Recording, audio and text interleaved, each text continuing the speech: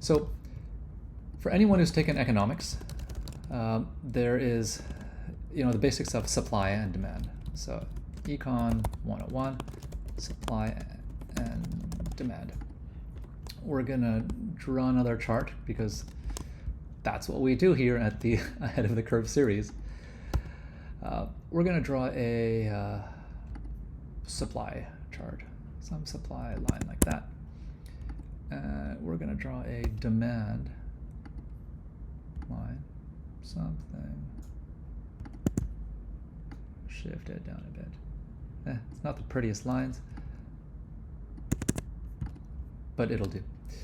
Okay, so let's make that a bit larger.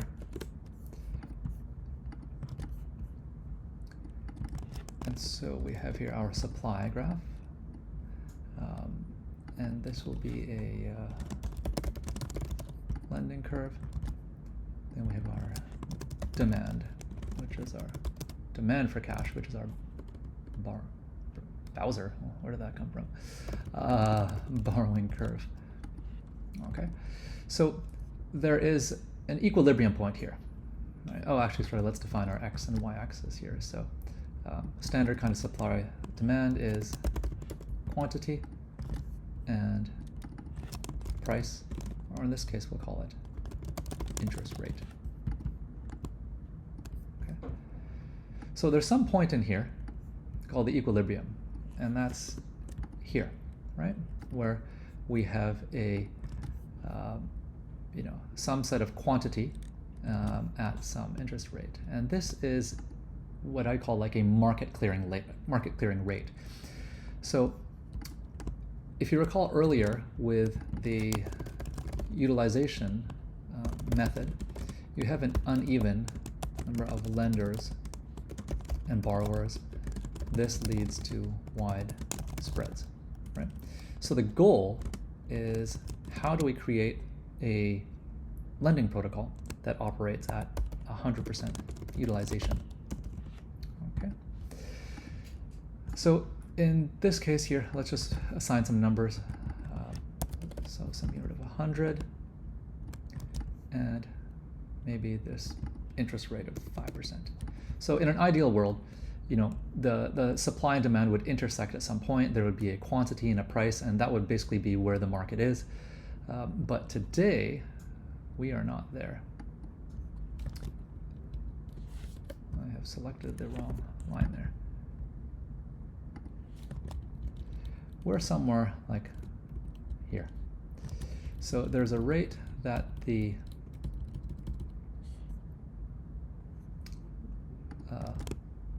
lenders receive. The lenders receive something like that. Let's say there's a 80 at this point here.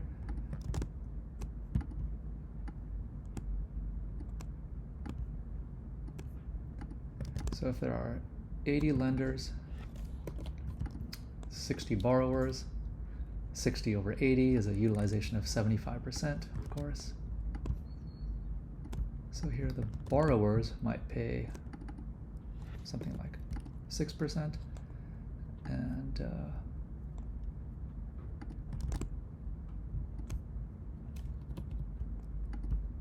the lenders would receive 4.5%. Now this isn't to scale, but just to illustrate the point. So what we have basically is that the ideal point, we want to get to this equilibrium or matching state, but we're in a situation here where there's this amount of lenders and this amount of borrowers, and so the borrowers might be paying 6%, lenders receiving 4.5%, and for all of you kind of Econ 101 folks who pass the course, you'll realize that there's like a big deadweight loss in this graph here. And so we basically have, let me kind of graph out the different elements here. We have what's called like our borrower surplus.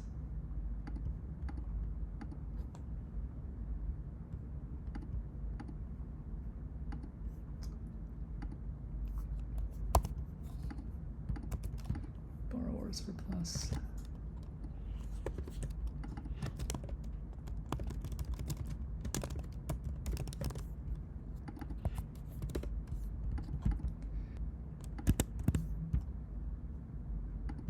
this is our lender surplus.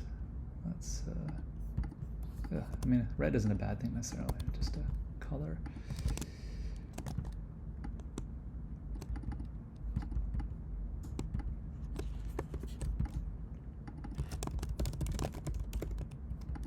And in the middle here, we have our deadweight loss.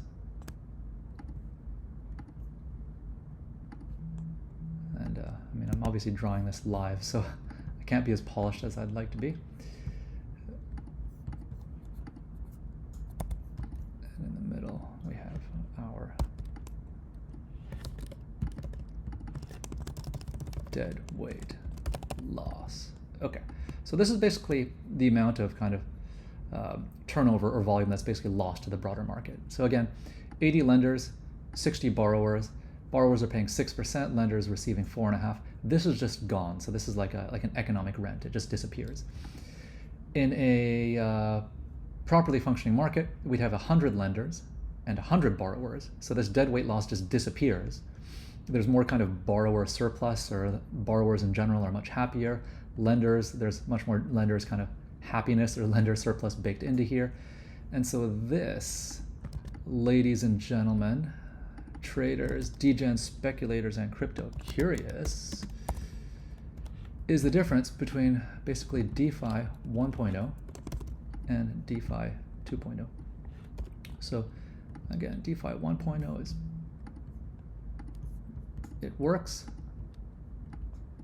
but it's inefficient. So we get that there. And DeFi 2.0, let's make this bigger. DeFi 2.0 looks like that. And that's what we have. And so in this case, in DeFi 2.0, if we can match basically the lenders and the borrowers, we get the best rate possible for both sides of the equation. And what happens to the overall size of the market in this case? And so let's say we can get from 1.0 to 2.0 at this mark here, then we will be able to increase the size of the market. So I'm pulling up a DeFi Llama. They're pretty good with number of stats. So we'll look at just kind of all the main protocols. So Aave has 6.8 billion in TVL. Compound down here, 2.9 billion in TVL. So 6.7, 2.9. You know, let's look at kind of the size of the market. So DeFi 1.0, let's say Aave, what was that? So 6.8 billion. Compound was at, let's just round it up, 3 billion. Total, let's just round up, 10 billion, for example. Now, if the size of the TVL, or the size of the market, is 10 billion, in this state here, where there's this much deadweight loss, then, again, if we can push to this equilibrium state, the market would be bigger, and hence, DeFi 2.0, the market might be twice the size, or 18 to 20 billion. Okay, so there we have it. That's what we want to go through today. Basically, talking about utilization. Again, it's great as a 1.0 concept. It aligns, or it basically draws a relationship between interest rates and utilization. But at the end of the day, it's inefficient. It's more kind of, it resembles more like a retail bank, in the sense that when you go to the bank, you lend at some very low interest rate, and if you borrow, you're going to pay at a high interest rate. So it feels like that retail bank experience, and not kind of that institutional or international type of investment bank or international market experience. And so what we're looking to do basically is get to that state, get to this DeFi 2.0, get to this institutional type of experience. And if we can do that, we can increase the size of the market. Whether it's 50% bigger or 100% bigger, we're still at the infancy or the early days of smart contracts and DeFi itself. So the question is, how do we get there? And well, you'll have to stay tuned for our next video. So in our next video, we will be covering what we call our two-market model, and we are excited to share that with you. So stay tuned, and we'll talk to you soon. Bye.